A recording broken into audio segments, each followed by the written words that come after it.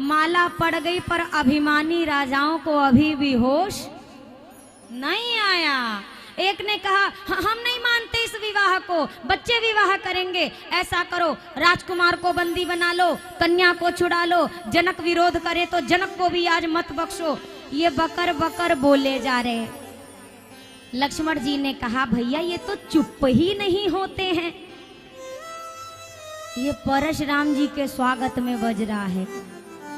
लक्ष्मण जी से राम जी ने कहा चिंता मत करो लक्ष्मण, इन सब के इलाज के लिए बाबा जी महेंद्र पर्वत से निकल चुके हैं, अब बस पहुंचने वाले हैं। अब आप जरा सोचो, ये पांडाल तो वैसे खुला है, चारों तरफ से इसको पैक कर दो और एक वो मेन डोर, एक डोर, और उसी डोर पे परशुराम जी फरसा लिए खड़े हो जाएं, क्या हालत होगी।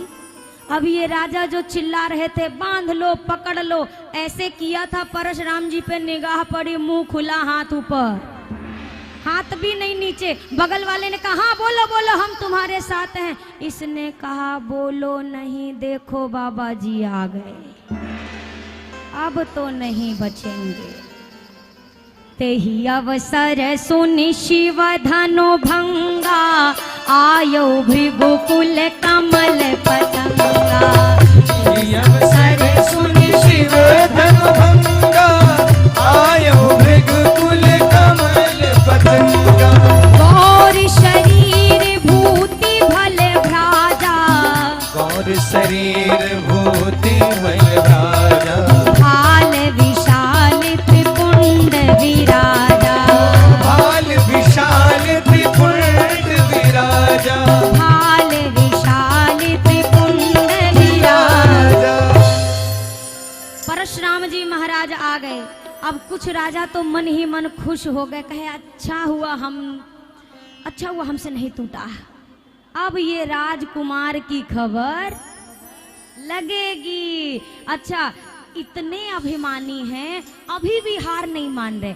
बगल वाले को पकड़ के कहते तुम्हें क्या लगता है ये छोटके छोटके तोड़ लिए, हम नहीं तोड़ पाते। अरे हमें पता था बाबा जी आएंगे, शादी ब्याह में कर्कश हमें अच्छा नहीं लगता, तो हमने जान के नहीं तोड़ा। और मन से कहते हे भगवान बचा लिए, हमसे नहीं तुड़वाए, हम बच गए, नहीं तो ये बाबा जी का फरसा छोड़ता हमें।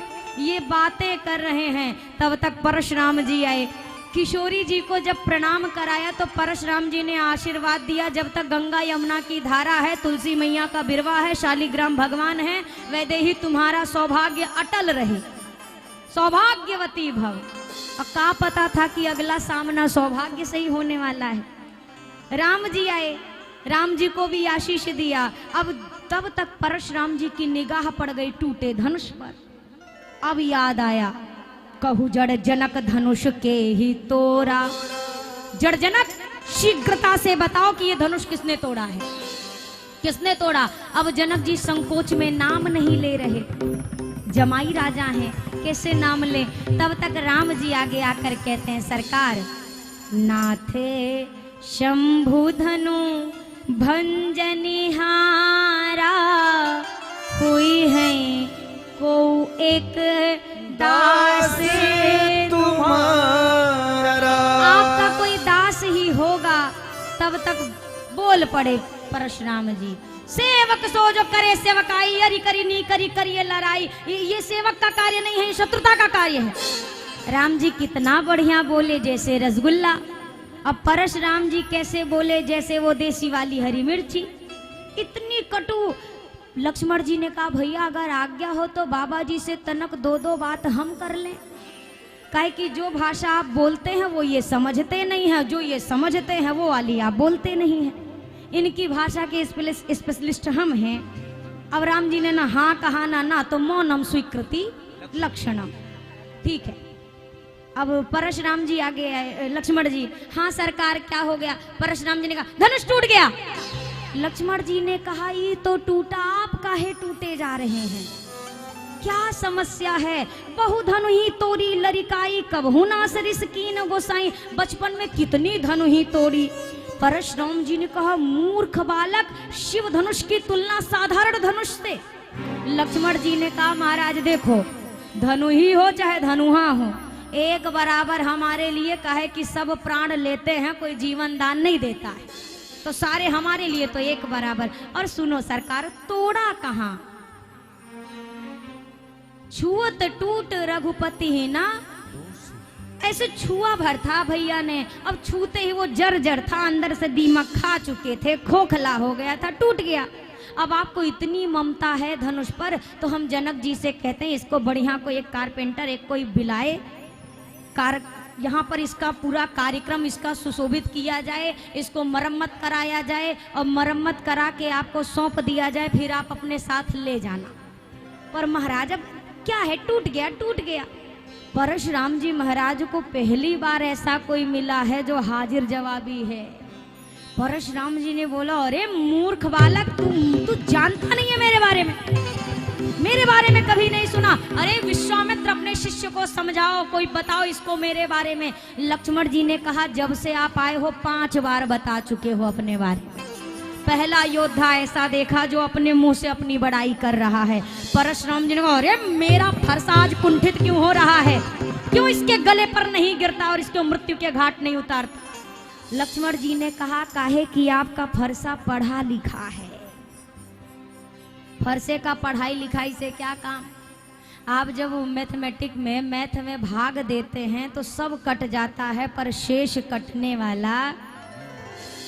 परशुराम जी से लक्ष्मण जी ने कहा, इसको पता है मैं शेष हूं और मैं किसी भी काटने से कटने वाला। तब तक जब क्रोधित हुए तब तक विश्वामित्र जी ने कहा, अरे बच्चा है। तब तक राम जी आ गए, अरे सरकार बालक है, अभी तो इसके दूध के दांत भी नहीं टूटे हैं। परशुराम जी ने कहा, दांत भले दूध के नहीं टूटे हैं पर जहर भरा हुआ है सारे दांतों में। ऐसा विशैला बोलता है। पीछे से तब तक लक्ष्मण जी फिर एक जरा सा बोल दे, अरे सरकार क्या करें, हमारे गुरुजी आप हो ना। फिर परशुराम जी का क्रोध यही चल रहा है थोड़ी देर से। तब तक राम जी आगे आए। परशुराम जी के बीच जब वार्ता हो रही थी, एक राजा ने कहा, ये लोग आपस में तय क्यों नहीं कर लेते हैं, बता क्यों नहीं देते कि धनुष किसने तोड़ा है, होई है कोई एक दास तुम्हारा, गोल गोल बातें ये राजकुमार क्यों करता है, सीधा बता दे कि हमने तोड़ा है। दूसरे वाले ने कहा, तुम ही बता दो ना कि इसने तोड़ा, हमने नहीं तोड़ा है। क्योंकि परशुराम जी ने कहा है, जिसने ये धनुष तोड़ा है सो बिलगाई बिहाई समाजा, नत मारे जई हैं सब राजा। जिसने धनुष तोड़ा वो खुद अलग हो जाए ना, यूं एक के कारण ही सब मरेंगे। अब ये तो बेचारे बिना कुछ किए मर रहे हैं। ये कह रहे हैं धनुष तोड़ के मरते तो वीर गति कहा जाता, वैसे तो बिना कुछ पाए धनुष वो नहीं टूटा और मरे जा रहे सो अलग। बोला, बता दो हमने नहीं तोड़ा। उसने कहा, अगर बताने गए तो इसको तो बाद में मारेंगे, हमको पहले मारेंगे कि जब ये तोड़ रहा था तो तुम क्या कर रहे थे, रोका क्यों नहीं।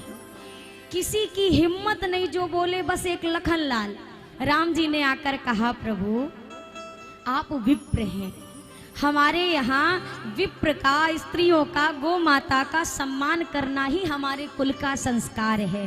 एक बात बताइए, अगर आपके आगे भी मेरा मस्तक नहीं झुकेगा, फिर संसार में कौन है जिसके आगे मैं शीश झुकाऊं। स्वयं यम हो, स्वयं काल हो, हम किसी से नहीं डरते। पर प्रभु आप सर्व प्रकार से हमारे पूजनीय हैं। आपको अगर लगता है मेरा अपराध बड़ा है तो आपका अस्त्र आपके हाथ में है, मेरा मस्तक आपके चरणों में है, जो आपको उचित लगे। परशुराम जी ने सोचा, विप्र के प्रति इतनी निष्ठा, ये क्या भगवान है क्या। देत चाप आप ही चली गयो। एक धनुष था, शिव धनुष तो सामने पड़ा है, कहते हैं ये भगवान विष्णु का धनुष है। जैसे ही देना चाहा, भगवान के कर कमल में स्वयं गया। लक्ष्मण जी ने कहा, भैया छोड़ दो, भैया तुरंत धनुष छोड़ो। राम जी ने कहा, क्यों। बोला, एक ही धनुष का मुकदमा अभी तक चल रहा है और दूसर का भी कुछ हो गया तो ना जाने परशुराम जी क्या क्या बोलेंगे, छोड़ दीजिए। पर चाप चढ़ाया और जैसे परशुराम जी को अनुभव हुआ कि ये वास्तव में ब्रह्म है, अब परशुराम जी आनंद से भरे क्षमा मांगते हुए अपने